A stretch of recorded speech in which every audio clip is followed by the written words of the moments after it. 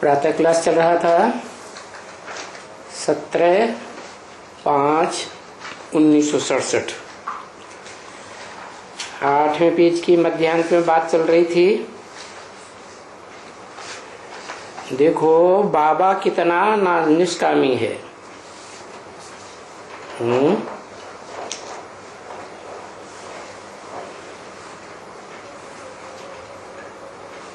कौन? बाबा कौन निष्कामी है? अरे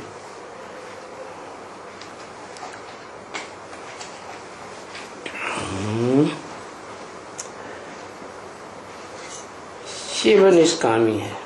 शिव बाप, शिव बाबा, शिव बाप नहीं।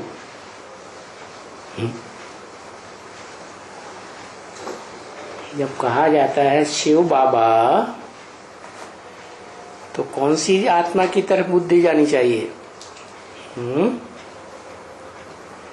शिव की तरफ बुद्धि जानी चाहिए। बाबा इसलिए कहते हैं कि साकार में आया हुआ है। वो निराकार का मिल साकार से होता है तो शिव बाबा कहा जाता है। माना संग के रंग से जिसमें प्रवेश करता है वो भी क्या बन जाता है? निष्कामी बन जाता है। बाबा बोलते हैं मैं देखो इस दुनिया में मुझे जैसा कोई निष्कामी होगा।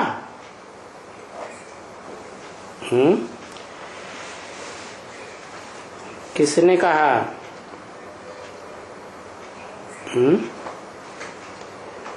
कौन सी आत्मा ने कहा? शिव ने कहा। शिव तो इस दुनिया में थोड़े समय के लिए आता है? सदा काल के लिए तो नहीं आता। तो टोटल मिला के देखा जाए तो 5000 वर्ष की दुनिया में शिव को निष्कामी कहें है? बाबा बोलते। कौन बोलता है? शिव बोलता या बाबा बोलते? दोनों मिलके बोलते। देखो मुझे जैसा कोई निष्कामी होगा है। और फिर देखो मैं कहां से आता हूं है? नजदीक से आता हूं कि दूर से आता हूं? है सबसे जास्ती दूर। सूरज चांद सितारों का प्रकाश भी जहां नहीं पहुंचता। गीता में बोला है तद्धामा परमा मम। मैं इतनी दूर से आता हूं। देखो पतित दुनिया में आता हूं है। आता कहां से हूं? जो पावन दुनिया है परम धाम सुप्रीम एबोर्ड मुसलमान लोग अर्श कहते हैं, उस आत्मलोक से आता हूं। पतित दुनिया में आता हूं। माना ऐसे नहीं कि मैं सतयुग त्रेता में आता हूं, स्वर्ग में आता हूं। कहाँ आता हूं? जब कलयुग में सब पतित बन जाते हैं और पतित ही मुझको बुलाते हैं, आओ।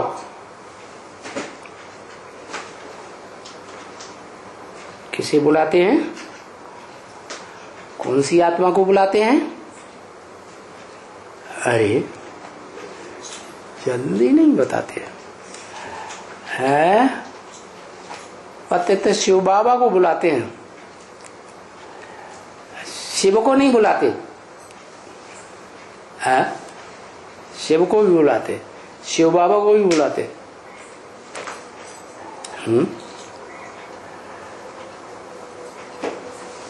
पतित पावन कौन है?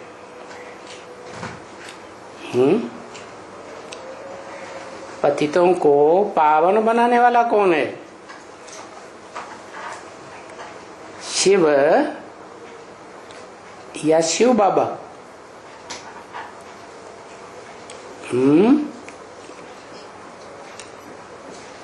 कहते हैं शिव बाबा, वो कहते हैं बाबा।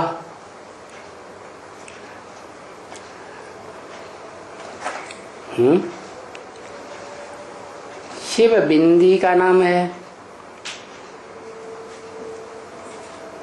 वो तो आत्माओं का बाप बिंदी है।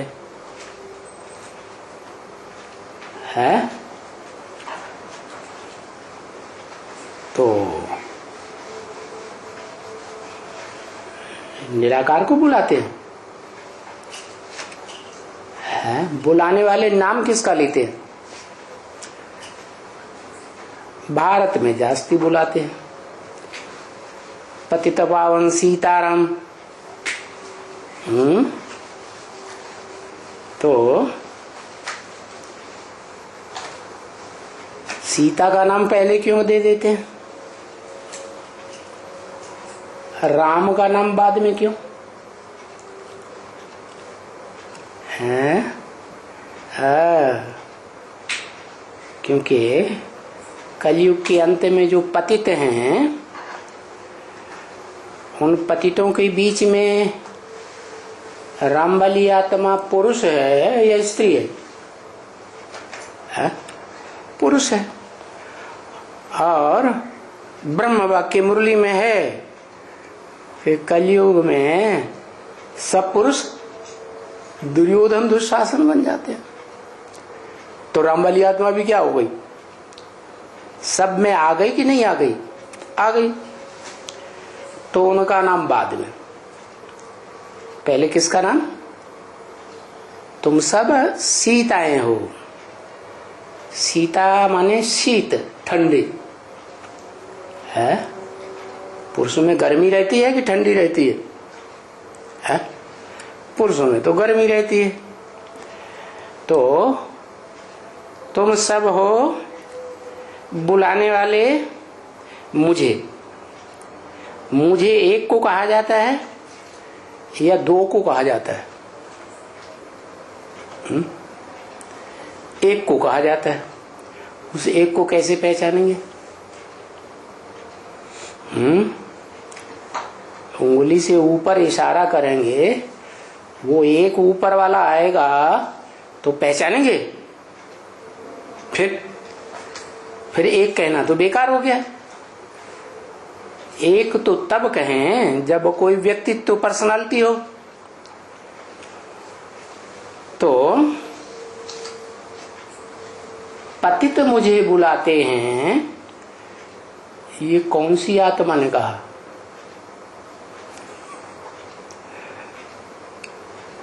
है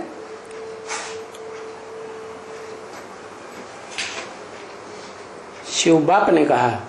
माने भारत में पतित पावन सीताराम, पतित पावन सीताराम कह के जो नारे लगाते हैं, कीर्तन करते हैं, वो निराकार को कहते हैं पतित पावन सीताराम।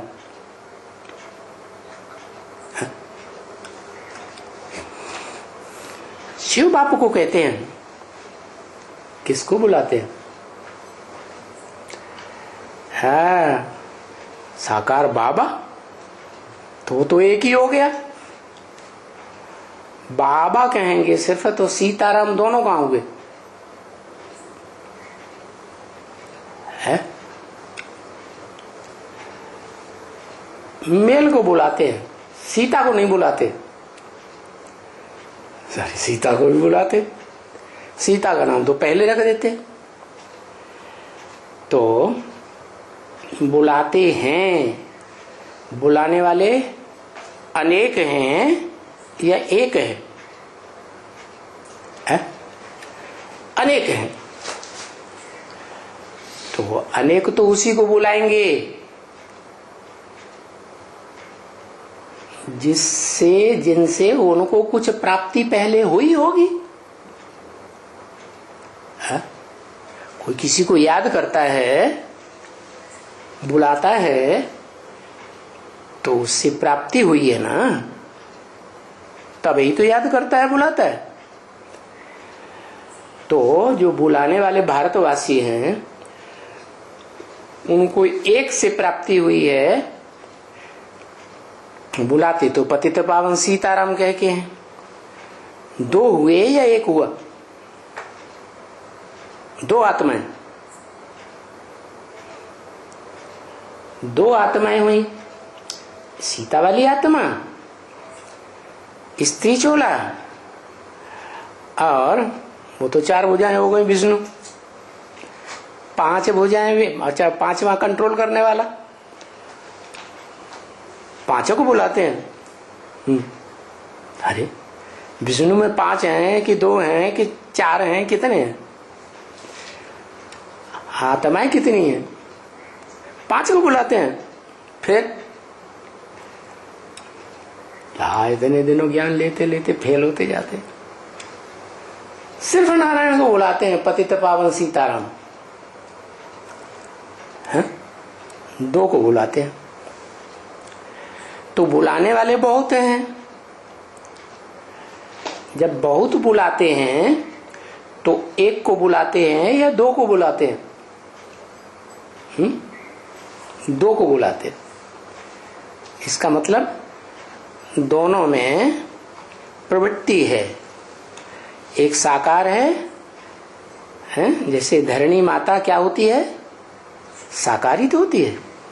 और सीता के लिए तो गायन है कि धरणी से ही निकलती है और धरणी में ही समा जाती है। तो वो तो धरणी का रूप हो गई माता।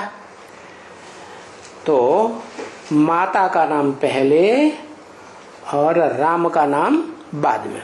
जो बुलाने वाले ढेर के ढेर हैं भारत में, वो पतित पावन सीताराम कह के बुलाते हैं। अच्छा, इसका मतलब जिस मुकर्रर रथ में आता है वो किसको बुलाता है?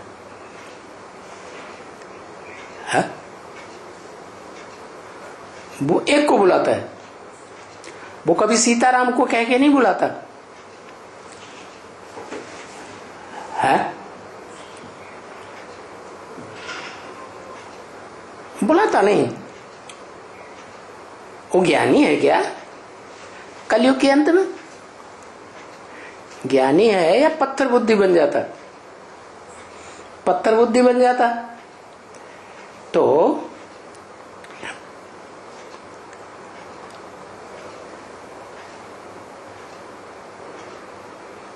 वो तो बात अलग हो गई। तेरी बुद्धि में बाबा कहने से बिंदी ही याद आवेगी।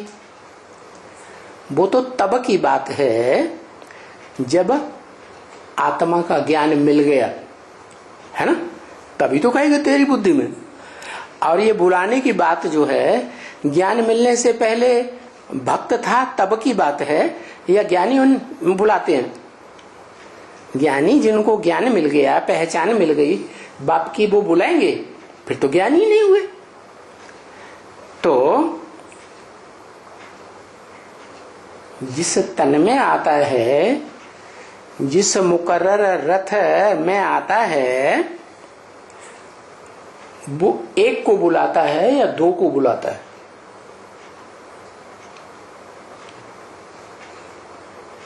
वो दो को बुलाता है। कौन से दो को बुलाएगा वो? है माता जी कहती एक को बुलाता है। वो सीता को भी बुलाता है। ज्ञानी होने के बाद या ज्ञानी भगत था तब बुलाता है सीता को? है? भगत था तब सीता को बुलाता है? माना इसका मतलब सीता वाली आत्मा उसके पास नहीं होती है तब अंतिम जन्म में, है? पास नहीं होती है। अंतिम जन्म में सृष्टि के आदि में विष्णु है, पति पत्नी दोनों इकट्ठे हैं स्वभाव संस्कार से, तो आदि सो अंत नहीं होता है।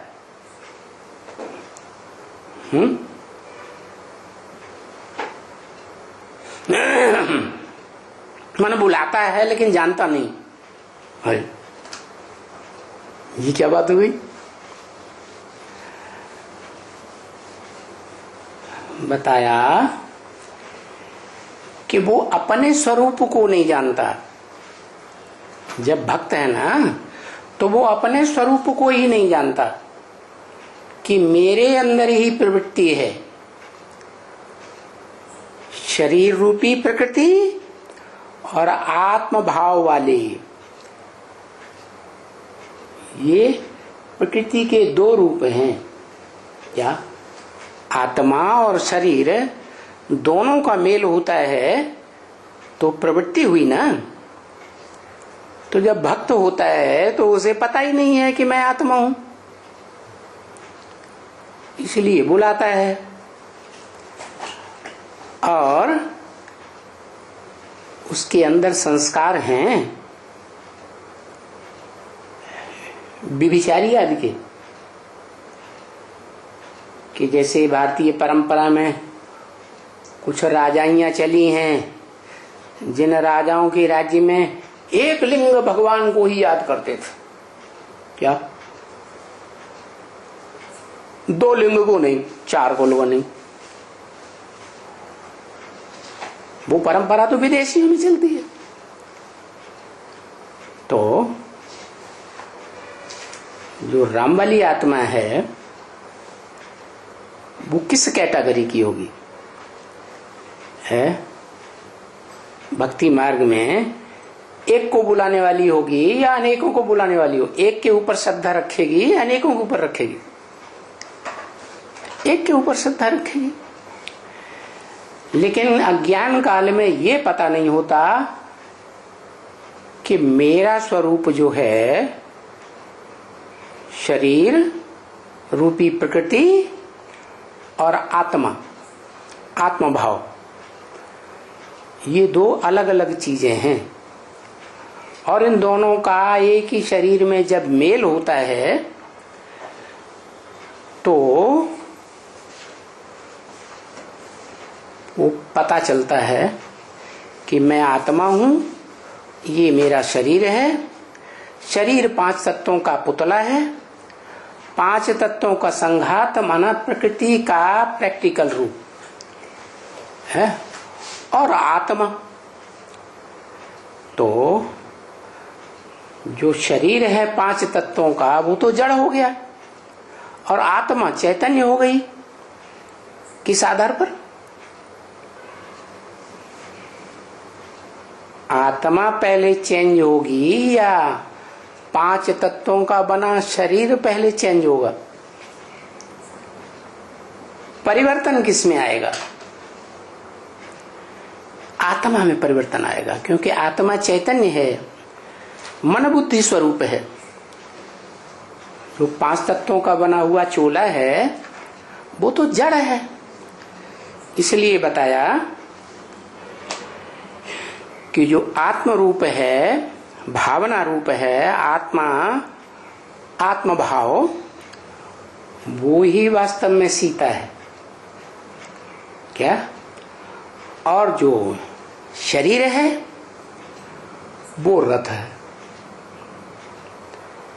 जैसे अर्जुन है तो अर्जुन जिसे कहा वो पुरुषार्थ का अर्जन करने वाली ज्ञान धन के आधार पर, वो तो आत्मा है ना, और उसका शरीर रूपी रथ है। तो भगवान है अर्जुन को नर को नारायण बनाने वाला, तो वो निराकार शिव ज्योति बिंदु उसमें प्रवेश करता है। शरीर रूपी रथ को कंट्रोल करता है, इंद्रियों को कंट्रोल करता है, मन की लगाम अपने हाथ में लेता है, या आत्मा को कंट्रोल करता है? आत्मा को तो समझाता है। गीता में अर्जुन को समझाने दी है ना। समझाने का मतलब कन्विंस करता है। कन्विंस हो जाए तो माने, कन्विंस ना हो जाए तो कैसे मानेगा? तो बताया कि ये दो चीजें हो गई, एक आत्मा और दूसरा शरीर। ये दोनों का कॉम्बिनेशन जब पुरुषार्थ करता है और पुरुषार्थ में संपन्न स्टेज प्राप्त करता है तो एक संपन्न व्यक्तित्व बन जाता है। पर्सनालिटी दुनिया की सबसे श्रेष्ठ हीरो पार्टधारी। क्या? तो उसमें सीता भी है या नहीं? 5 तत्वों का संघात रूपी धरणी है या नहीं? नहीं है। कभी हाँ कभी ना। है तो उसको शिवलिंग के रूप में दिखाया है भारत में। क्या? उसका सात्विक रूप सोमनाथ मंदिर में दिखाया था द्वापर की आदि में। दुनिया की हर चीज 4 अवस्थाओं से पसार होती है ना, तो द्वापर भी पहले कैसा था? सत्व प्रधान था। तो सत्व प्रधान द्वापर के आदि में जो मंदिर बनाया था वो भी सात्विक था, और मंदिर में जो मूर्ति थी शिवलिंग की वो भी सात्विक ही बनाई होगी। आजकल तो काला पत्थर का बना देते हैं कि उसमें हीरा भी लगाते हैं, काला पत्थर दिखाई देते हैं। तो वास्तव में जो शिवलिंग है उसमें राम भी है और सीता भी। सीता है धरणी माता जिसमें 5 तत्व विराजमान रहते हैं। क्या? धरणी में से मिट्टी उठा लो, उस मिट्टी में पृथ्वी, जल, वायु, आकाश 5 तत्व होंगे या नहीं होंगे? हैं? हाँ, तो वो 5 देवता वो धरणी पर हैं। तो बताया मुझे पतित ही बुलाते हैं। माने इस 500-700 करोड़ की सृष्टि में चाहे पहला नंबर पार्टधारी आत्मा मनुष्य की हो, हीरो पार्टधारी ही क्यों न हो, वो मुझे बुलाती है। मुझे कहा तो जरूर एक व्यक्तित्व हुआ है, लेकिन वास्तव में जिसको बुलाया जाता है वो एक है या 2 है? एक है। वो एक ज्योति बिंदु, एक जो ज्योति बिंदु है वो जब प्रवेश करेगा तन में तो तन को इंद्रियों को कंट्रोल करेगा ना, है? इंद्रियां अगर कंट्रोल हो जाएंगी, मन और इंद्रियां, तो आत्मा भी कंट्रोल होगी या नहीं होगी? हो जाएगी। तो वो ही बताया कोई भी हो मुझे बुलाते हैं तो मैं सिर्फ बिंदु रूप में नहीं प्रत्यक्ष होता हूं, जन्म लेता हूं। प्रत्यक्षता रूपी जन्म सिर्फ बिंदु रूप में नहीं, लेकिन कोई साकार शरीर रूपी रथ में मैं संसार के सामने सुप्रीम सोल प्रत्यक्ष होता हूं। तो वो वो भी राम है। रम्यते योगिनो यस्मिन इति राम, योगी लोग जिसमें रमण करते हैं वो राम है। तो क्या जिसके शरीर में प्रवेश किया वो अर्जुन योगी नहीं है? है?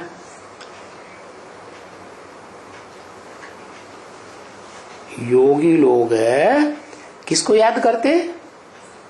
राम को याद करते। तो जिसके तन में प्रवेश किया वो आत्मा राम को याद नहीं करती। पतित पावन सीताराम को याद नहीं करती है? करती है। कैसे? जो प्रवेश करने वाला है वो कहता है मैं जब आता हूं तो तुम बच्चों को नंबरवार आप समान बनाता हूं। क्या बनाता हूं? इस मनुष्य सृष्टि पर पार्ट बजाने वाला परम पुरुष बनाता हूं। जैसे मैं परे ते परे आत्मा हूं वैसे तुम बच्चों को भी नंबरवार परे ते परे रहने वाली आत्मा बनाता हूं। जैसे इब्राहिम बुद्ध क्राइस्ट हैं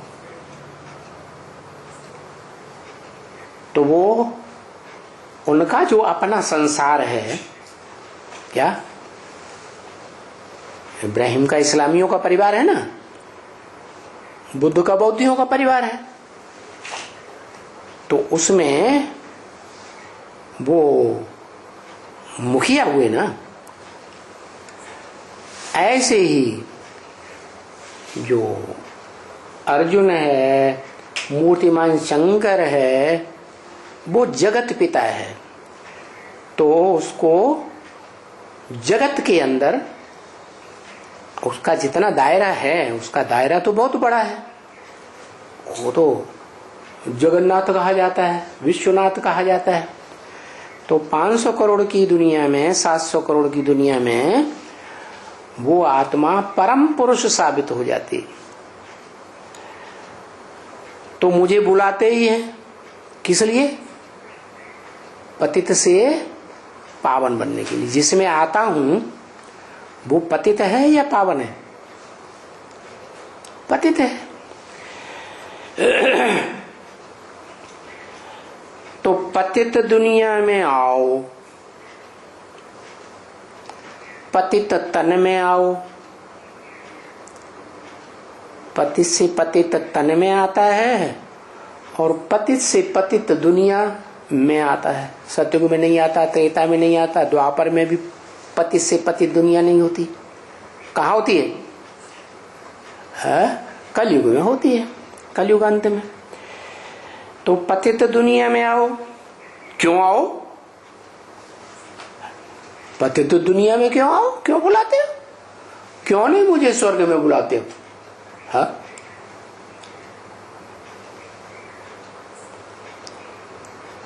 क्योंकि स्वर्ग में तो देवताएं हैं ही पावन है, वहां बुलाने की दरकार है ही नहीं। तो कहां बुलाते हैं? पतित दुनिया में ही बुलाएंगे ना। पतित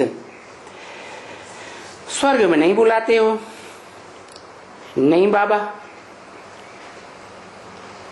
तुम तो पतित पावन हो ना, पतितों को पावन बनाने वाले हो ना। स्वर्ग में तो देवताएं होते हैं पावन, वहां क्यों बुलाएंगे? तो स्वर्ग में कैसे बुलाएंगे कि तुम यहां आओ? नहीं, वहां स्वर्ग में बुलाने की बात ही नहीं। तुम यहां आओ। यहां आओ माने इस पतित दुनिया में आओ। हम पतित हैं इस पतित दुनिया में, हमको आकर के पावन बनाओ। क्या आकर के पावन बनाओ है? बिना आए पावन नहीं बना सकता। क्यों? अरे जब योग बल से सारे काम करा सकता है, प्रेरणा से है, शक्ति है ना वशीभूत करने की, वशीकरण मंत्र है ना उसके पास, तो वशीकरण मंत्र दूर से काम नहीं करता है? करता है? क्यों? आकर के क्यों पावन बनाओ है? आकर के इसलिए पावन बनाओ कि संग का रंग लगे। क्या आएंगे ही नहीं तो इंद्रियों से संग का रंग कैसे लगेगा? चलो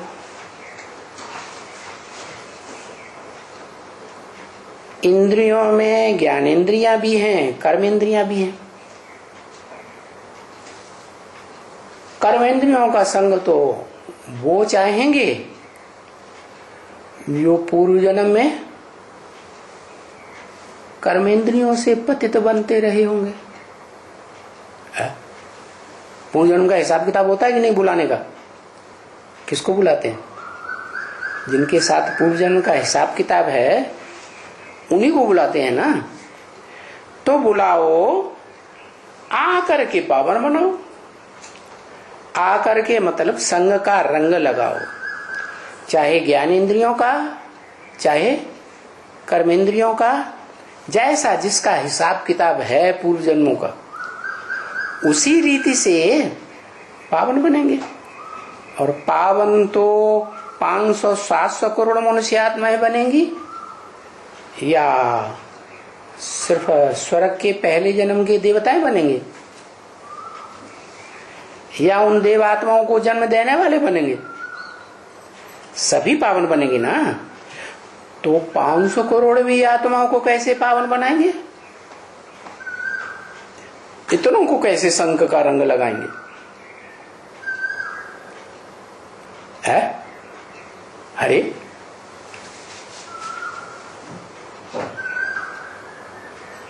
क्या लिखता है अंग्रेजी में? अंग्रेजी दां हो गया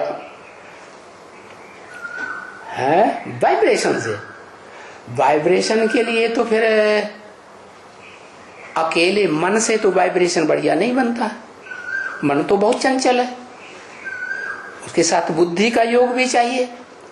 मन और बुद्धि दोनों का वाइब्रेशन होगा तो बुद्धि शुद्ध वाइब्रेशन चलाएगी तो संग का रंग लगेगा। और वो संग का रंग तब ही लगेगा जब कम से कम आंखों से फोटो देखा हो। क्या आंखों से अगर फोटो भी नहीं देखा गांधी जी का तो याद आएगा? नहीं आएगा। तो बताया इस दुनिया में आएंगे तो आंखें देखेंगी, आएंगे नहीं तो देख भी नहीं सकेंगे। कान कब सुनेंगे? इस दुनिया में आएंगे तो कान से आवाज भी सुनेंगे। तो आकर के पावन बनाओ। आना जरूरी है क्या? और एक का आना भारतवर्ष के लिए नहीं चलता। भारतवासियों के लिए एक चाहिए या दो चाहिए? दो चाहिए। राम भी चाहिए और सीता भी चाहिए। तो ज्ञान की गहराई में जो पहुंच जाते हैं वो तो समझ जाते हैं कि जो शिवलिंग है भारत में इतना पूजा जाता है शिव के मंदिरों में, उसमें वो तो ज्ञान मिल जाता है उनको कि उसमें आत्मा भी है ज्योति बिंदु और शरीर रूपी लिंग भी है। तो दोनों की प्रवृत्ति है, और वो दोनों की प्रवृत्ति जो है वो प्रैक्टिकल में चाहिए।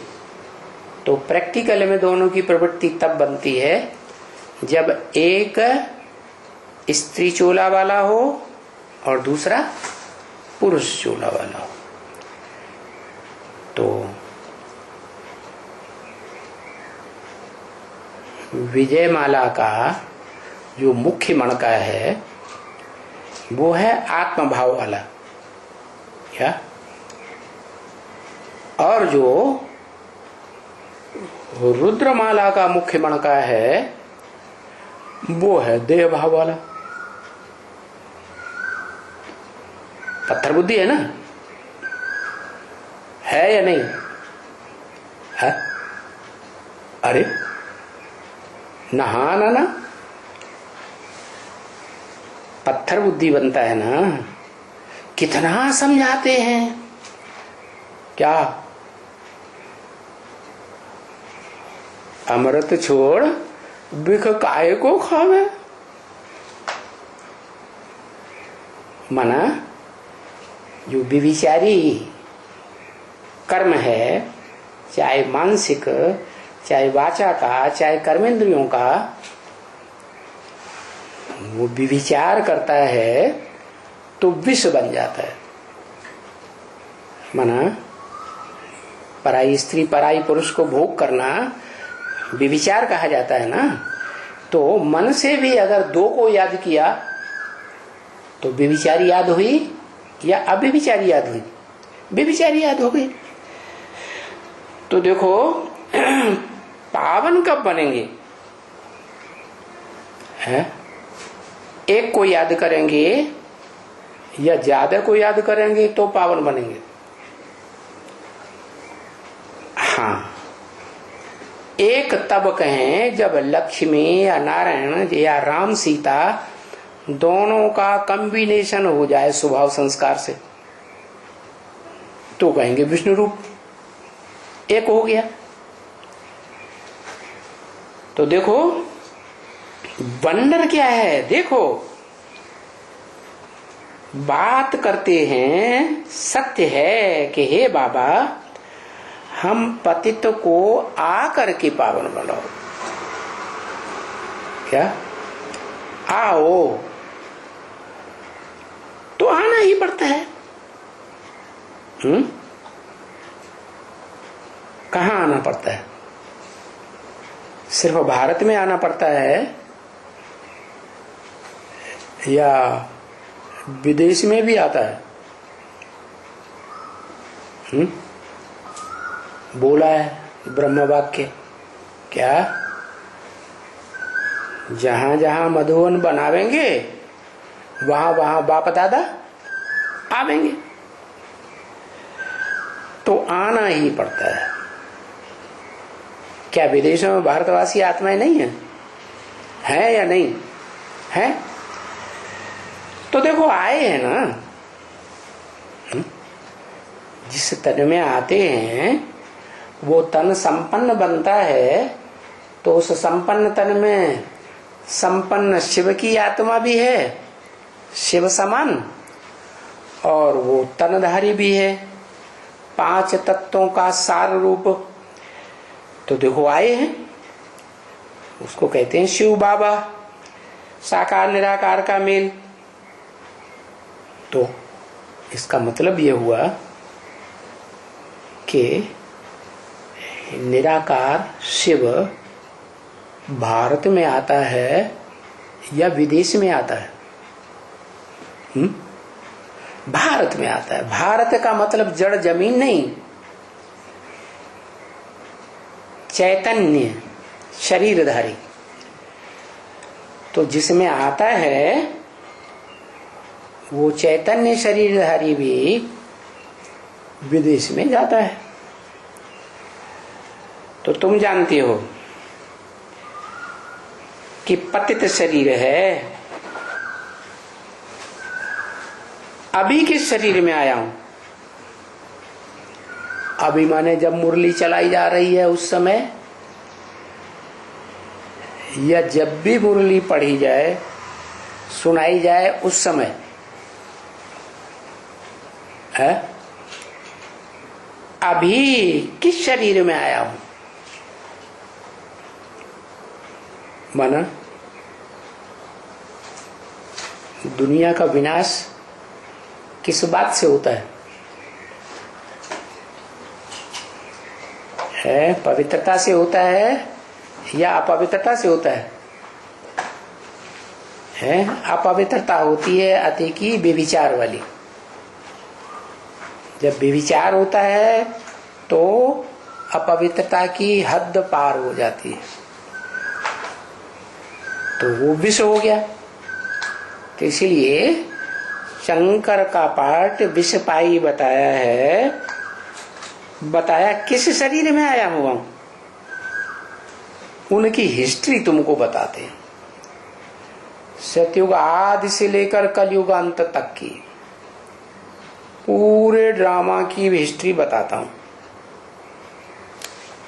क्या आदि में है सत्व प्रधान शरीरधारी, आत्मा भी सत्व प्रधान, और कलयुग के अंत में क्या आत्मा भी तामसी और शरीर भी तामसी।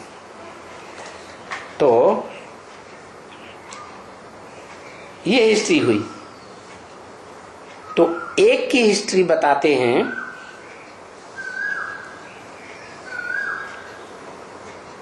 कि सबकी इकट्ठी बताते हैं, है? एक कौन?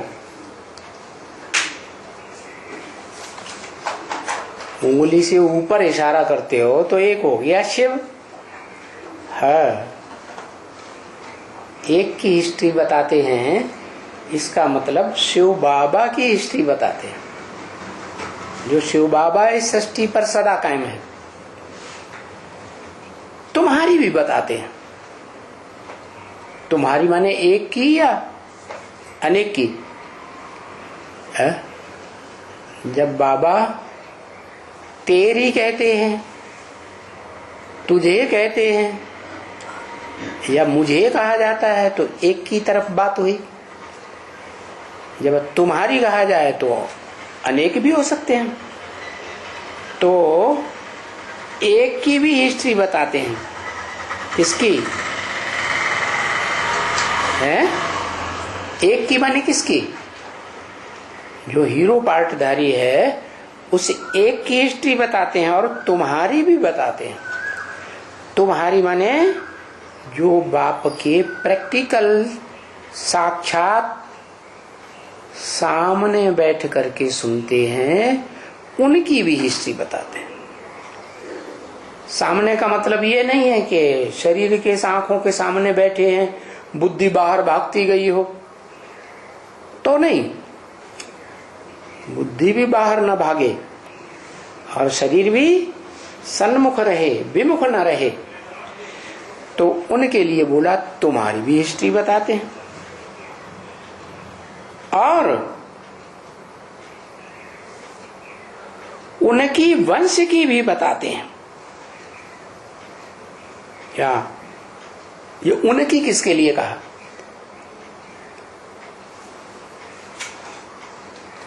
उनके वंश की भी हिस्ट्री बताते हैं। ये उनकी किसके लिए कहा?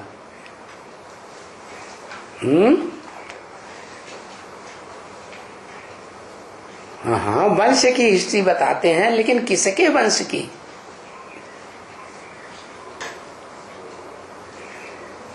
सूर्य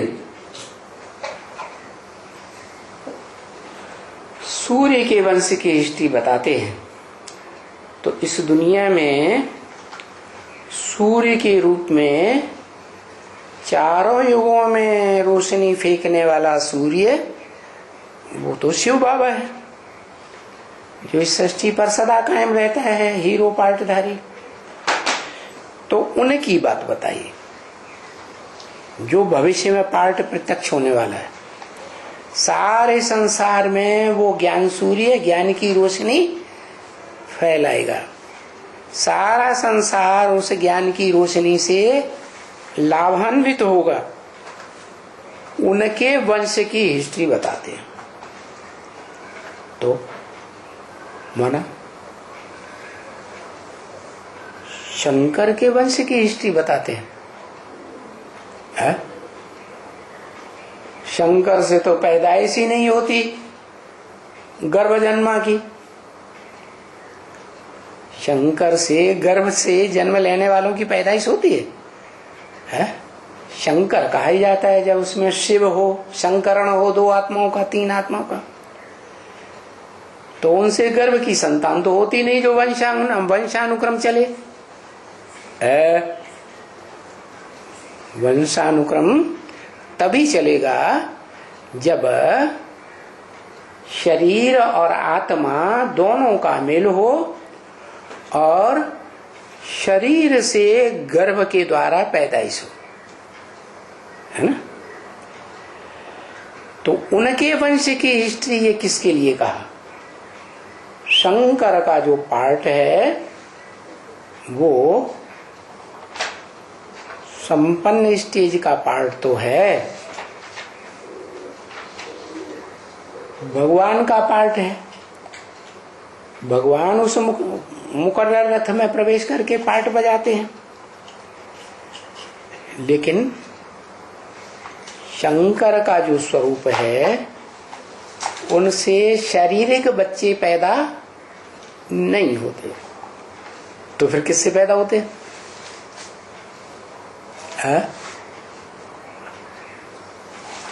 किससे पैदा होते हैं? लक्ष्मी नारायण से। हाँ, तो लक्ष्मी नारायण का जो कंबाइंड रूप है वो विष्णु कहा जाता है। विष्णु की वंशावली कहेंगे क्या? सतयुग में जो पहली पीढ़ी तैयार होगी 16 कला संपूर्ण देवताओं की, वो पहली पीढ़ी कोई से तो जन्म लेगी, है? तो राधा कृष्ण या लक्ष्मी नारायण सतयुग के जिससे जन्म लेते हैं वो है आदि नारायण। वो आदि नारायण और नारायणी दोनों के स्वभाव संस्कार का मेल, उसको कहा जाता है उनकी वंशावली, जो विष्णु रूप बन जाते हैं। क्योंकि विष्णु रूप में भी एक लक्ष्मी नारायण है या दो लक्ष्मी नारायण है, एक पेयर है या दो पेयर है? दो पेयर। एक है जो 16 कला संपूर्ण से ऊंची स्टेज वाला है, कलातीत। शास्त्रों में गाते हैं ना, कलातीत कल्याण कल्पांतकारी, जिसने कल्प का अंत किया। ऐसे नहीं कहते कल्पाधिकारी। कल्प की आदि तो विष्णु रूप से होती है। लक्ष्मी नारायण के स्वभाव संस्कार मिलकर एक हो जाते हैं तो विष्णु हो गया। तो जो आदि नारायणी हैं उनके लिए बताया कि उनकी वंशावली बताते हैं, हिस्ट्री बताते हैं। क्या कितने वंश चलते हैं उनके? ब्राह्मण से देवता, देवता से क्षत्रिय, क्षत्रिय से वैश्य और वैश्य से कलयुग में शूद्र। ये उनकी वंशावली हो गई। तो धारणा करनी चाहिए क्या? ये बातें धारण करनी चाहिए, समझाना चाहिए और खुद समझना चाहिए। अभी जो जितना समझेंगे, क्या उनकी वंशावली को जो जितना समझेंगे, अभी समझेंगे कौन? है? कौन समझेंगे? है?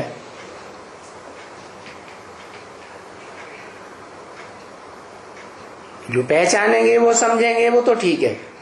कौन पहचानेंगे?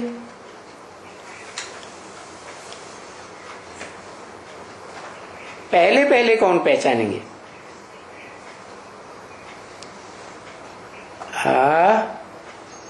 जिनका प्यार शिव बाबा के साथ जाता है। क्या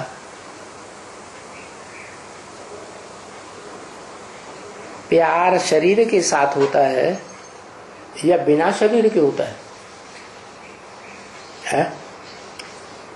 शरीर के साथ ही प्यार होता है। शरीर की इंद्रियों से प्यार होता है। 11वीं इंद्रिय मन बुद्धि से प्यार होता है। मन से, जिसे दिल कहते हैं, दिल से प्यार होता है।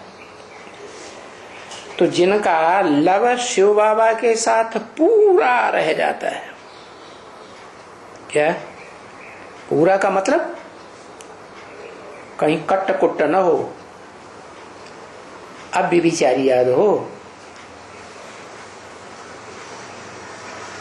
जिनका वो लव औरों औरों में लटकता रहता है, हैं? लव औरों औरों में लटकने की निशानी क्या होगी? बुद्धि बार बार उस तरफ भागेगी, नहीं चाहते हुए भी बुद्धि भाग जाएगी, लंबे समय तक भाग जाएगी। तो जिनको वो लटकता रहता है ना लव इधर उधर, वो इतना धारण नहीं कर सकते ज्ञान को। क्या? जैसे बाबा के सन्मुख बैठ करके मुरली सुनते हैं और बुद्धि मन बुद्धि बाहर भाग गई, तो ज्ञान के पॉइंट मिस होंगे या नहीं होंगे? तो बताया वो इतना ज्ञान धारण नहीं कर सकते। क्या नहीं धारण कर सकते? ज्ञान ईश्वर का, जो ईश्वर से ही ज्ञान आता है, एक ही ईश्वर से ज्ञान आता है, अनेकों से तो अज्ञान आता है।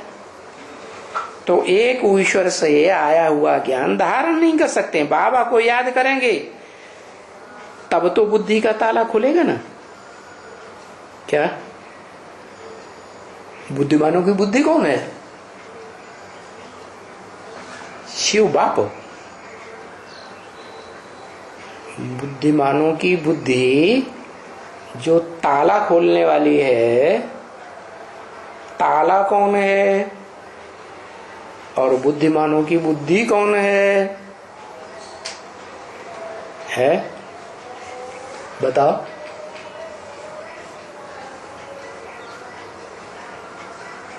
बुद्धि का ताला खोल देते हैं। ताला लगाता कौन है? माया बुद्धि का ताला लगाती है? और बड़े से बड़ा ताला कौन सा बताया? गॉड रेज का ताला। गॉड माने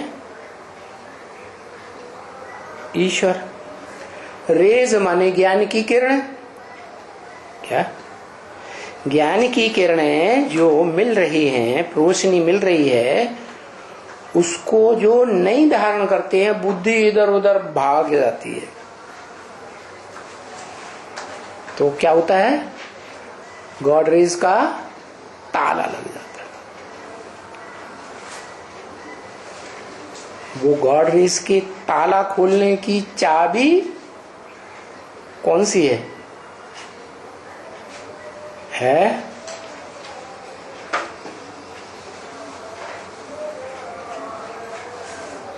चाबी याद है?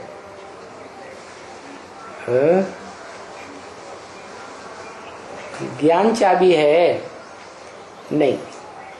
बोला वो मैं चाबी किसी को नहीं देता हूं।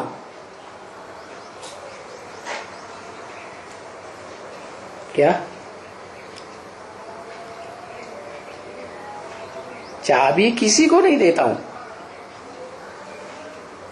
हाँ, भक्ति मार्ग में साक्षात्कार हुए, भक्तों को साक्षात्कार हुए, तो बहुत अच्छे अच्छे भक्त होते हैं, नवदा भक्ति करते हैं, तो उनको साक्षात्कार हो जाते हैं।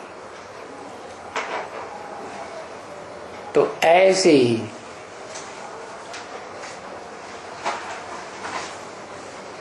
ब्राह्मणों की संगम युगी दुनिया में पहले पहले किसको साक्षात्कार हुआ है?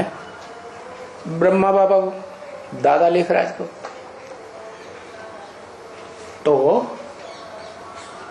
ये ताला की चाबी हो गई। क्या?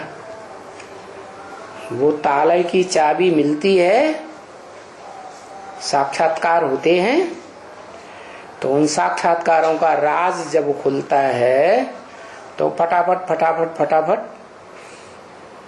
बुद्धि के ताले जो लगे हुए हैं, जो गीता ज्ञान की श्रीमत पर नहीं चलते, उनके ताले खुलते जाते हैं।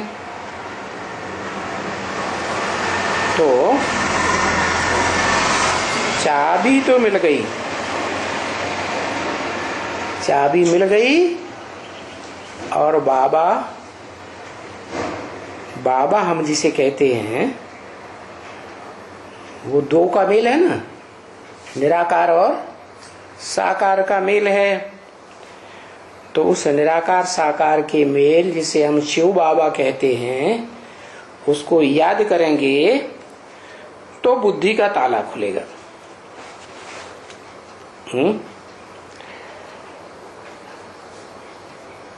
कैसे ताला खुलेगा? चाबी लगाते हैं और घुमाते हैं तो ताले के अंदर एक जड़ होती है, दोनों का मेल होता है और ताला खुल जाता है। तो ऐसे ही ये बुद्धि का ताला है, लब होगा तो खुलेगा। क्या? भले दादा लेखराज को साक्षात्कार तो हुआ, चाबी तो मिली, लेकिन लब पैदा नहीं हुआ। हुआ है 80 साल हो गए, लब पैदा ही नहीं हुआ। ये क्या बात हो गई? क्यों नहीं लब पैदा हुआ? क्योंकि लब तो शरीर के साथ होता है ना, निराकार ज्योति बिंदु के साथ लब होगा क्या? तो ब्रह्मा बाबा किसको याद करते थे? निराकार को याद करते थे। ब्रह्मा कुमार कुमारियां भी किसको याद करती है? निराकार को याद करती। अब शरीर के बगैर, शरीर की इंद्रियों के बगैर, इंद्रियों के मुखिया मन के बगैर लब कैसे होगा? होगा? नहीं होगा। तो साकार को पहचाना ही नहीं, उस मुकर्रर रथ को नहीं पहचाना जिसमें शिव बाप परमानेंटली प्रवेश करके रहते हैं और कहते हैं तुम मुझे जितना याद करते हो उतना मैं तुम्हारे साथ ही हूं। तो ब्रह्मा बाबा को साक्षात्कार तो हुए, चाबी तो मिल गई, लेकिन अभी तक भी क्या किया? चाबी को बुद्धि रूपी ताले में डाल करके घुमाया नहीं। जो उस बुद्धि रूपी ताले के अंदर जड़ है ना, उससे चाबी टकराए। जड़ क्या है? वो बुद्धि रूपी ताले के अंदर बुद्धिमानों की बुद्धि, शिव बैठा हुआ है, निराकार। तो उससे मेल नहीं हो सकता। लब से लब मिलेगा ना। क्या? और लब किससे होता है? लब शरीरधारी से, शरीर की इंद्रियों से होता है। चाहे 10 इंद्रियां हो, चाहे 11 इंद्रियां हो, 11वीं इंद्रिय हो, मन नहीं लगेगा तो लब होगा। मन माने दिल, दिल लगे।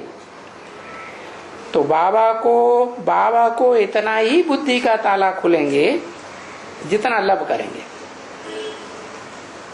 इसको लब करेंगे, शिव बाप को नहीं। बाप माने वो सिर्फ बाप है बिंदु बिंदु आत्माओं का, बाबा नहीं। बाबा ग्रैंडफादर को कहा जाता है। वो ग्रैंडफादर जब कहा जाए तो शरीर में प्रवेश करते हैं तो सब प्रकार के संबंध भगवान के साथ बनते हैं। वो बाबा भी है। तो बताया बाबा को याद करेंगे तब तो बुद्धि का ताला खुलेगा ना। लब से लब मिलेगा। क्या तुम शरीरधारी हो, इंद्रियों वाले हो, है मन बुद्धि वाले हो, तो लब किससे करेंगे? तुम्हारे जैसा होगा उसी से तो लब करेंगे। है एक चींटी जैसा है, एक हाथी जैसा है, अब लब करने निकल पड़े, लब हो जाएगा? नहीं होगा। तो बताया लब से लब मिलेगा। क्या? लब करने वाला भी साकारी निराकारी आत्मा, और जिससे लब करते हैं वो भी साकारी और निराकारी।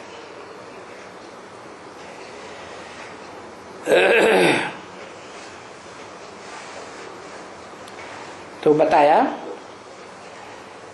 इतना ही खजाना हजम होगा और फिर तुम डबल फिलैंथ्रोपिस्ट बन जाओगे। क्या? फिलैंथ्रोपिस्ट माने दान करने वाले। जितना हजम करेंगे, हजम कब होता है खाना?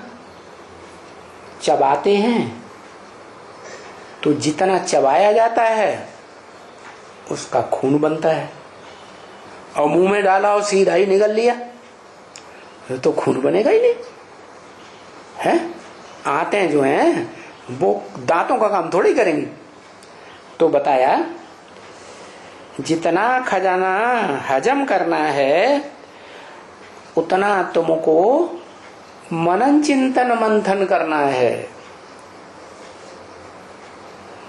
क्या? उस ज्ञान को जो सुना है, और सुनना भी समझना भी 3 प्रकार से होता है। एक सन्मुख बैठ करके सुनना समझना, दूसरा होता है टेप रिकॉर्डर या टीवी से सुनना देखना समझना, और एक होता है कागज की मुरली से सुनना या सुनाना। तो हो गया 3rd क्लास। तो लब कब होगा? जब तुम डायरेक्ट आमने सामने बैठ करके 1st क्लास माल लेंगे तो लब होगा, खजाना मिलेगा, खजाने पर मनन चिंतन मंथन चलेगा। फिर तुम जितना मनन चिंतन मंथन चलेगा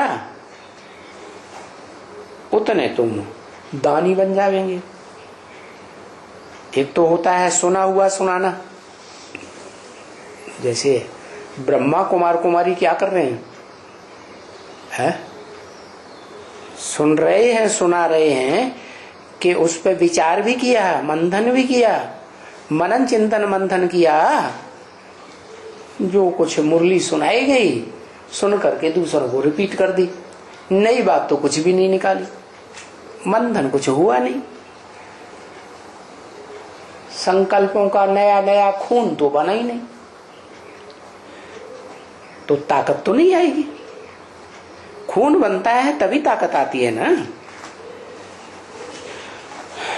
ओम शांति।